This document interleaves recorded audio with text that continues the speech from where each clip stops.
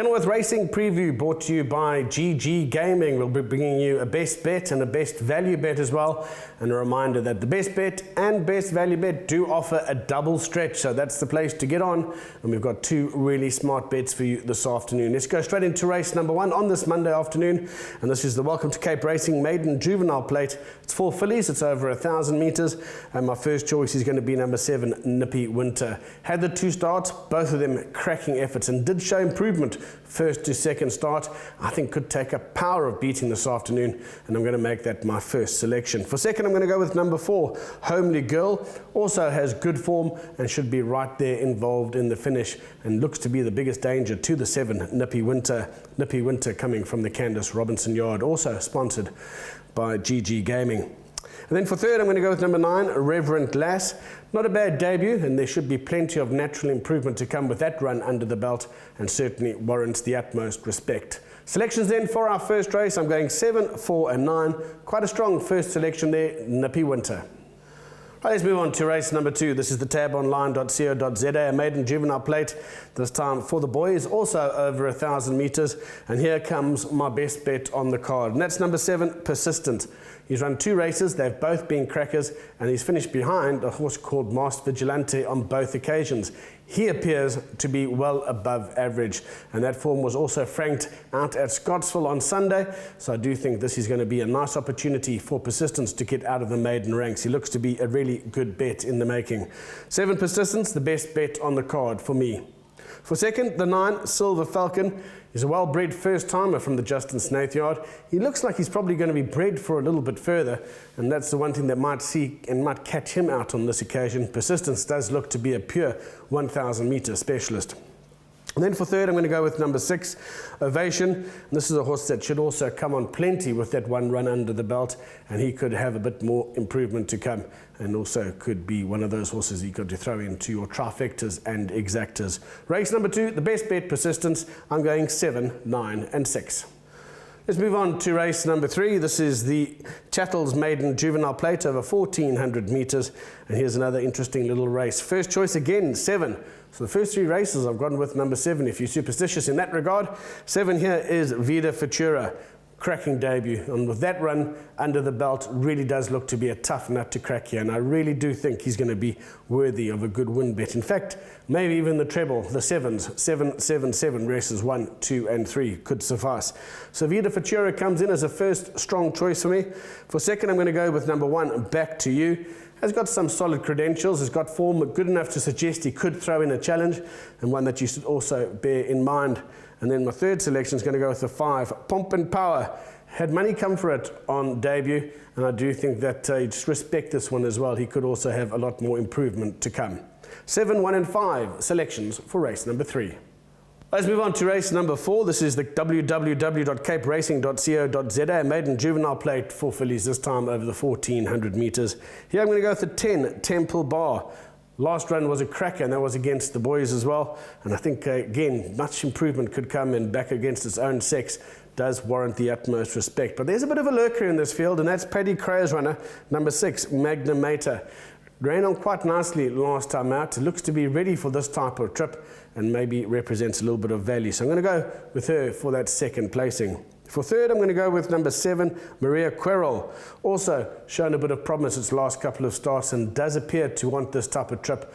And again, you'd have to make a case for this one finishing right amongst them. But for me, 10, 6 and 7, the selections for race number 4. Let's move on to race number 5, the Computer Form Online Maiden Plate. This is for fillies and mares over 1,600 metres, and overdue to win its maiden is Paul Reeves' run at number 1, Adderbury Lake. It's been knocking at the door, has found a couple too good on the day, and I do like the fact that she stepped up to the 1,600. I think she's bred for a bit further, but this is the type of trip she should really be good enough to break her maiden tag in, and I think that she is also a very sound betting proposition here. For second, I'm going to go with number 2, What's in a Dream. Here's another filly that's been knocking on the door all the while, and could be the biggest danger to Adderbury Lake. And then for third, number 3, Love Note. Did show improvement last time out. Whether it's enough improvement to have winning form here, I'm not too sure, but I do think Adderbury Lake could take a power of beating. 1, 2 and 3, numerical order, the selections for race number 5. Let's move on to race number 6. This is the all-to-come maiden plate over 1600. And here's another interesting race. I'm going to go with number 2, Son of Silk. He certainly looked to have everything right last time out. I thought he was going to win, and he just got nabbed on the line. Gets another great opportunity here, and he should take a power of beating here. He's going to be a firm first choice. Number 2, Son of Silk. Number 1, Lord Marmite. This is a much better effort over the 1600 again, and he could show further improvement. And then the 3, Brandy and Coke.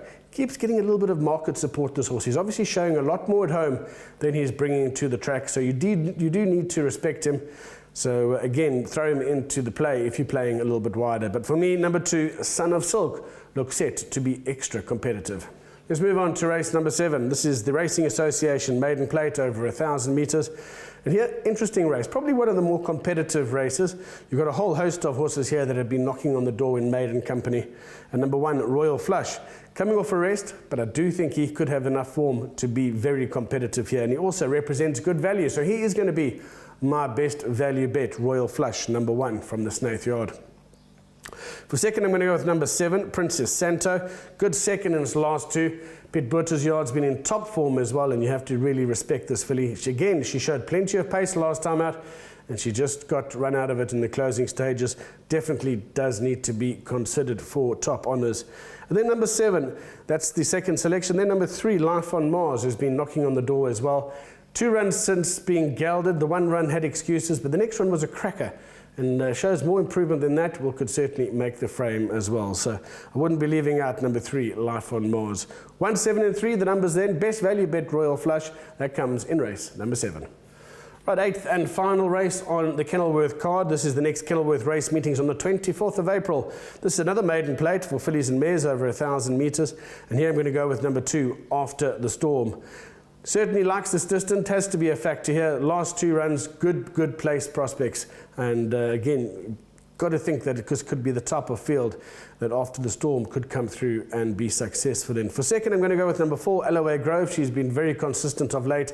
She's been knocking on the door. She always finds a couple to finish in front of her. But again, this looks like a race that she could be more competitive in. And then for third, number 7, La Jean. This is a horse that's just had the 1 run, wasn't a bad debut effort at all, and I think, again, you could make a case for plenty of improvement to come. So 2, 4 and 7 in race number 8. All right, let's go straight into the place accumulator for the Kenilworth race card, and I'm going to go with quite a cheap perm here, starting off with banker 7 in the first, by banker 7, by 6, 7 and 10, by banker 1, by 1 and 2, by 1, 3 and 7, by 2, 4 and 7, and that place accumulator will cost you 54 Rand. Obviously, that's your base perm. You can add and subtract as you see fit. Pick 6, quite an expensive one, maybe worth taking a percentage. First leg, 1, 5 and 7, by 4, 5, 6, 7, 10, by 1 and 2, by 1, 2, 3 and 4, by 1, 2, 3 and 7, by 2, 4 and 7, and that pick 6 will cost you 1,440 Rand if you take a full unit. Best bet, a reminder, comes in race number 2, and that is going to be Persistence from the Mike Stewart Yard. Hasn't done anything wrong, has finished behind that horse Mars Vigilante on 2 occasions. That form certainly strong enough to win this type of race. He comes in as the best bet on the card. Best value bet comes in race number 7, the form of number 1, Royal Flush. I think the company that he's been racing, even coming off the rest, has been stronger than some of the other forms shown, and he could represent some decent value as well. A reminder, both best bet and best value bet offer a double stretch with GGGaming. Open your account, get stuck in, and let's have fun out at Kenilworth on Monday.